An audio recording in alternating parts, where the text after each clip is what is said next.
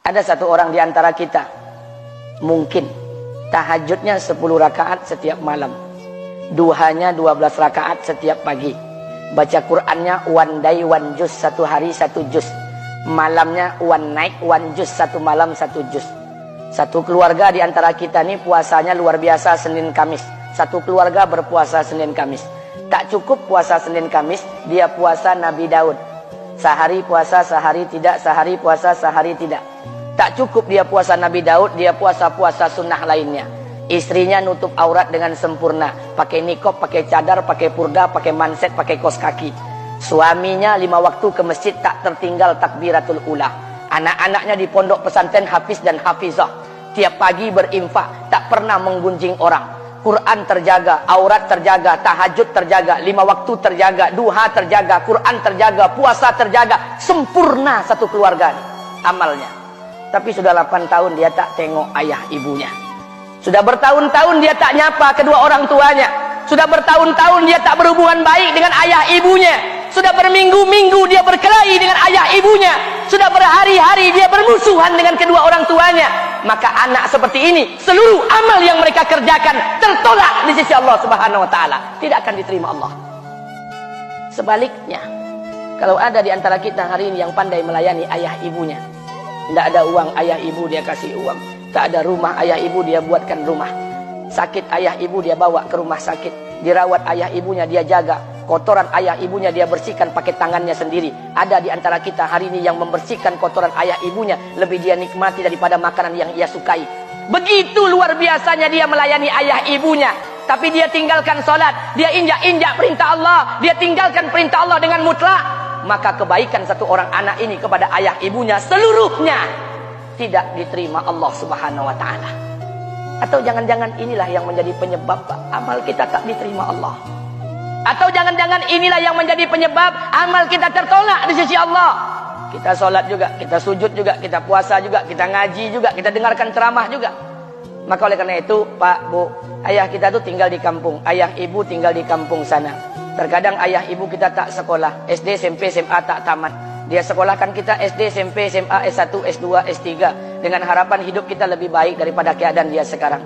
Tapi apa yang membuat kita jarang untuk menjenguk mereka? Saya ingin sampaikan buat kita bersama. Ayah ibu kita tak tahu kita ni eselon 1, eselon 2, Pak.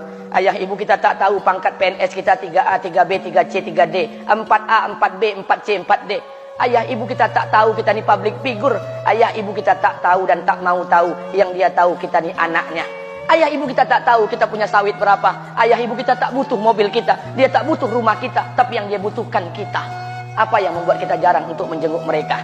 Tahun 2016 di Masjid Damai Langgeng, saya diundang ceramah di sana. Habis pulang ceramah, saya baca WA SMS. Ada seorang ustadz Pekanbaru kirimkan WA dengan saya.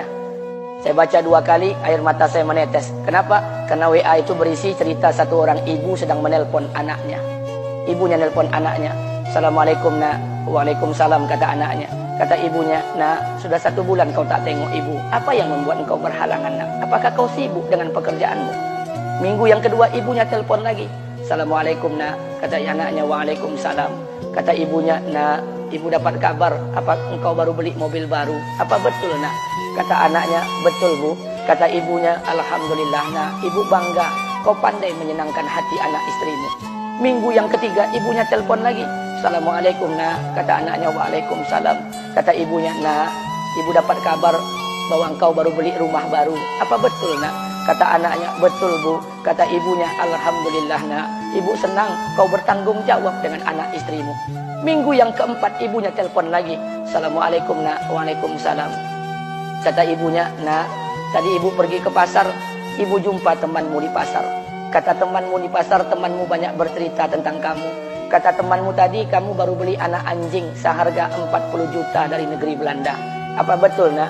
Kata anaknya, betul. Kata ibunya, nak, dengarkan pesan ibu untuk terakhir kalinya. Apa pesan ibunya? Wahai anakku, engkau pelihara 1 ekor anjing. Kau siapkan harga anjing 40 juta. Kau siapkan rumah untuk anjingmu depan rumahmu. Kau jaga anjingmu pagi, siang, dan sore. Kau mandikan anjingmu pagi, siang, dan sore. Kau kasih makan anjingmu pagi, siang, dan sore. Demi Allah nak, dengarkan pesan ibu untuk terakhir kalinya. Apa kata ibunya? Demi Allah nak, demi Allah.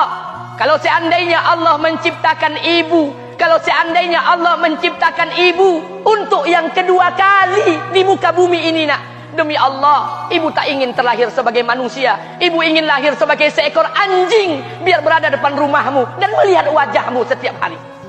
Ibu kita tak butuh harta kita, Pak. Dia tak butuh uang kita, dia butuh kita.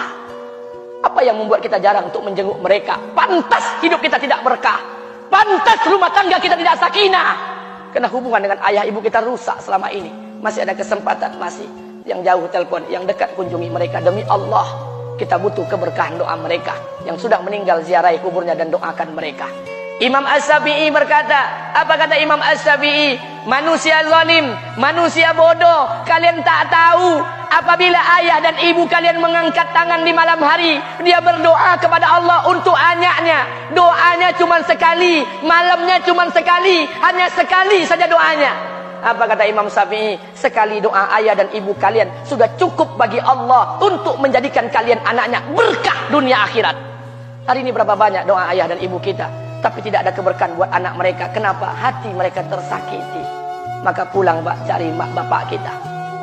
Kita punya rumah hari ini, Bu. Kita punya rumah, punya harta, punya uang, punya pekerjaan, punya kekayaan, punya sawit. Kita jadi orang hari ini, jadi pegawai, bukan kena sarjana kita, Pak. Kita jadi orang hari ini bukan kena otak kita. Kita jadi orang hari ini bukan kena kepintaran kita. Kita jadi orang hari ini jangan-jangan kena keberkahan doa ayah dan ibu kita yang tak pandai tulis baca di kampung sana. Cari mak bapak kita, Pak. Demi Allah, kita butuh keberkahan doa mereka. Apa guna di kehidupan dunia sementara Allah tidak ridho dengan kehidupan kita? Pantas amal kita tertolak di sisi Allah. Maka pulang ke rumah, cari mak dan bapak kita yang masih hidup, duduk bersama mereka. Kalau seandainya kita tak bisa membahagiakan mereka, jangan pernah menyusahkan mereka. Kalau seandainya kita tak bisa membuat mereka tertawa, jangan pernah membuat mereka menangis. Demi Allah, kita hanya punya satu ayah kandung, kita hanya punya satu ibu kandung. Tidak akan ada ayah kandung yang kedua, tidak akan ada ibu kandung yang kedua. Harta kita cuma satu, ayah kita cuma satu, ibu kita cuma satu. Tidak akan ada ayah kandung yang kedua, tidak akan ada ibu kandung yang kedua. Pangkat jabatan bisa dicari, harta bisa diraih, kesempatan membahagiakan ayah dan ibu kita hanya sekali di kehidupan dunia ini, Pak. Pulanglah. Ketika mereka memanggil, tinggalkan istri, tinggalkan pekerjaan, tinggalkan semua proyek kita. Demi Allah, datangi mereka. Kata Nabi, sesaat kalian duduk bersama ayah dan ibu kalian akan mendatangkan keberkahan. Kenapa kalian tidak duduk bersama mereka? Jangan-jangan inilah yang menjadi penyebab amal-amal kita tertolak di sisi Allah.